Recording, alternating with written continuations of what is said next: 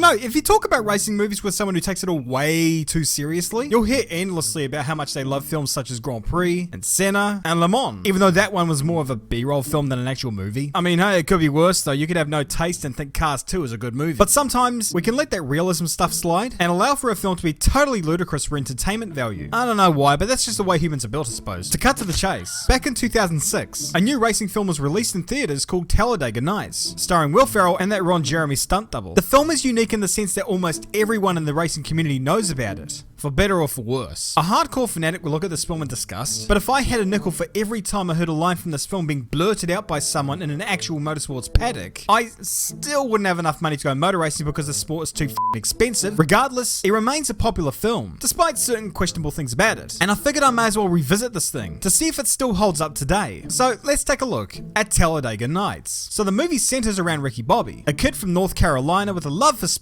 who lives by the motto, if you ain't first, you're last. Something bestowed upon him by his father Reese, who went AWOL for the better part of virtually his whole freaking life. But Ricky knew that his father was a semi-professional race car driver who competed in a racing series that my demented accent calls NASCAR. Eventually, Ricky works his way onto the NASCAR scene, albeit working as a jackman on a pit crew alongside his best friend, Cal Norton Jr., who together formed the shake and bake duo. Whatever the I don't know. But Ricky's dream always was to be out there on the track, and as luck would have it, regular driver Terry Chavot ventures off during the middle of the race to take a leak, eat a chicken sandwich, and call the president or some shit. The crew chief asked around if anyone in the team would like to act as a replacement driver mid-race to keep the sponsors happy. And of course, Ricky offers his services because, I mean, hey, who's gonna turn that down? After somehow managing to finish the race in third place, Ricky Bobby becomes the center of attention in NASCAR.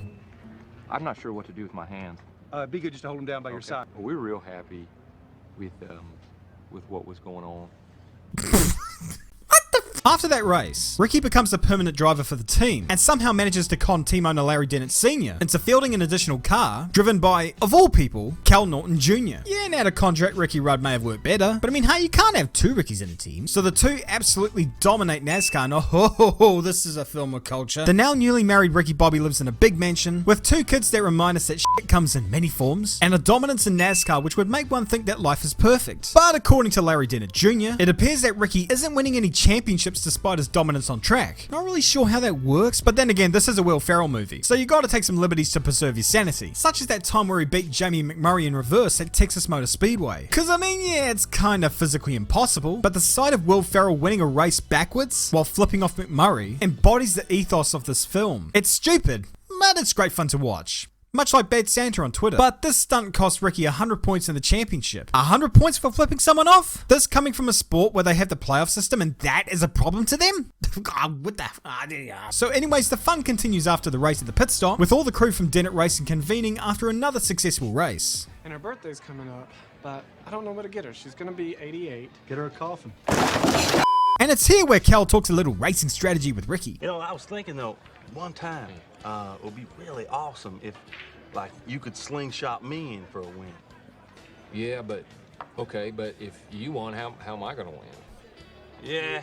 You didn't think that one through, didn't you, Sauceman? However, the fun and festivities are brought to a grinding halt through the sound of jazz music, and in enters Jean Girard, a French Formula One driver who, hold up. Is he in the Renault or the Minardi? Wait, hang on. Did this dude win in a freaking Minardi? And just a side note, this dude does look a bit like Simon Pagenaud, and he French too. Plot twist, Simon Pagenaud is Jean Girard. Or Jean Girard, Simon Pagenaud.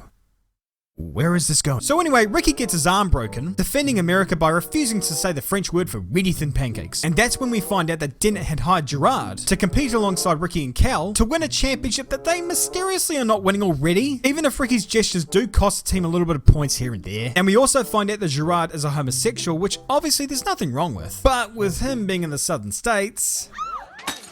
well, this is awkward. So Girard takes the pole for his debut race. Although Ricky, enraged with a man who has the gall of beating his track record like that, asks for his car to be prepped for the race despite his arm being in a freaking cast. Girard makes an offer to Ricky, saying that if he kissed him on the lips, he would leave NASCAR forever. He doesn't accept this, however, saws off his cast, and starts off the back for the race with a big ass Fig Newton sticker put across the windshield because why not? He carves his way up the field before finally catching Girard.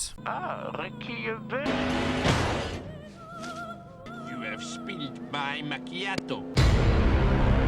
He struggles to find a way past Girard, and after Cal blows his engine when trying the old downshift to go faster routine, Ricky is on his own to try and get past Girard. However, he ends up in a major wreck, which puts him on his lid and out of the race, while Girard goes on to win the race. Ricky, meanwhile, is traumatized from the accident, and believes he's perpetually on fire, even though he's not.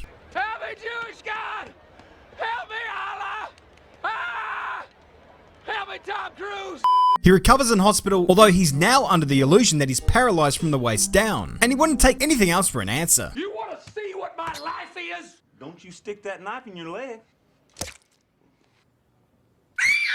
After he comes to his senses, he finds out that Girard has been dominating NASCAR ever since Ricky has been out of commission. He endeavors to get back into the game and take down Frenchie. He runs a test day at Rockingham, only for him to relapse into his fire trauma after hauling around at 26 miles an hour. Ricky is fired, Cal takes his wife, house, and all his assets, except for his 2 sons who are dumped upon Ricky. The friendship between Ricky and Cal is completely finished, although Cal sees no issue with moving into his best friend's house, taking his wife, and eating his Twinkies. But hey, it turns out the house is haunted, so it kinda even out in the end, huh? Now living with his mother, he tries making a living out of being a pizza delivery boy, but he lost his license after running over raw bacon. On one of his deliveries, he's reunited with his father Reese, who tries to make up for lost time.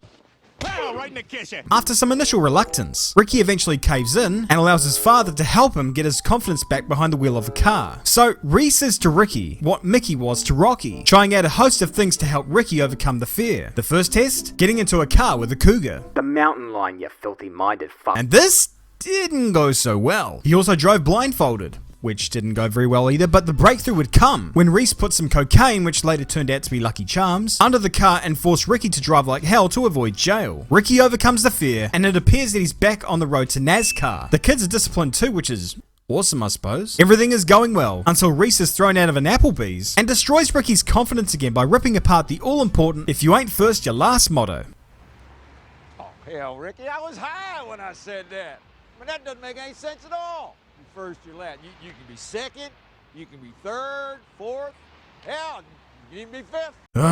Father of the year right there. So Reese wanders off into the darkness. Ricky is despondent again and about ready to give up on it all before meeting up with his former assistant Susan, who just so happened to be in the same bar that night. She convinces him to get back behind the wheel of a car with a passionate speech. And then they play hide the dipstick, which I suppose sealed the deal. So the team gets back together for the race at Talladega, running a self-sponsored campaign with a cougar on the bonnet.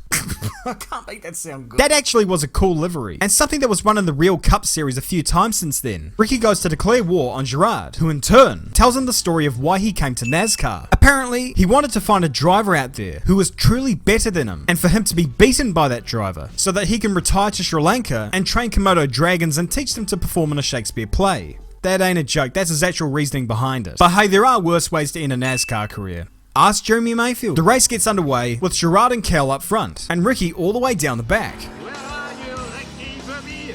Come face your destroyer. Come face your destroyer. Listen to how I sound. I sound like a massive prick. You know, to be honest, most racing drivers are massive pricks anyway. As is the case with every single racing film ever created, the main protagonist works his way up the field and working gears to pass at Talladega?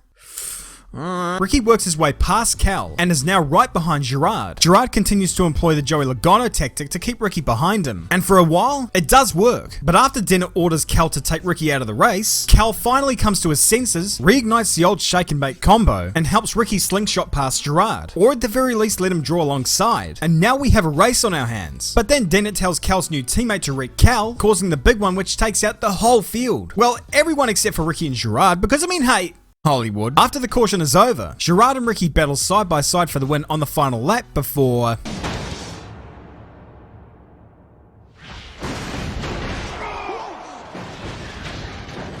Yeah, it just had to happen, didn't it? Once the two get out of their cars, they race to the line on foot. Again, something imitated in real life. Ricky makes it to the line first with a pretty unnecessary dual dive, but I mean, again, Hollywood, making Ricky the winner of the race. Until he was later disqualified, but it was a moral victory.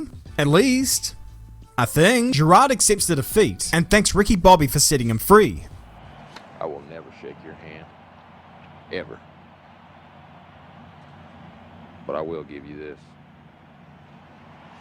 Whoa! Okay, that came out of left field. But I suppose with that offer from earlier, that's one way to make sure he's not going to come back to NASCAR, eh? In all the commotion, both Girard and Ricky are disqualified from the race, and Cal Norton Jr. is declared the winner, getting his first Cup Series win ever. Ricky and Cal are friends again, and the film ends with Ricky and the fam heading off to Applebee's for a post-race meal. So what can I say about this film? I mean, apart from the obvious, this film certainly takes liberties with the realism. I mean, if there was any realism in the film at all. But I suppose it's just a fun film. It knows what it is. It isn't like Driven, which was made in a serious vein. It has tributes to NASCAR, which any hardcore fan can appreciate. And as mentioned before, the phrase, "if you ain't first, you're last," is almost always uttered by some hero in the paddock. Otherwise, it's something that you can sit back and kill a few brain cells with. It's defo worth the watch.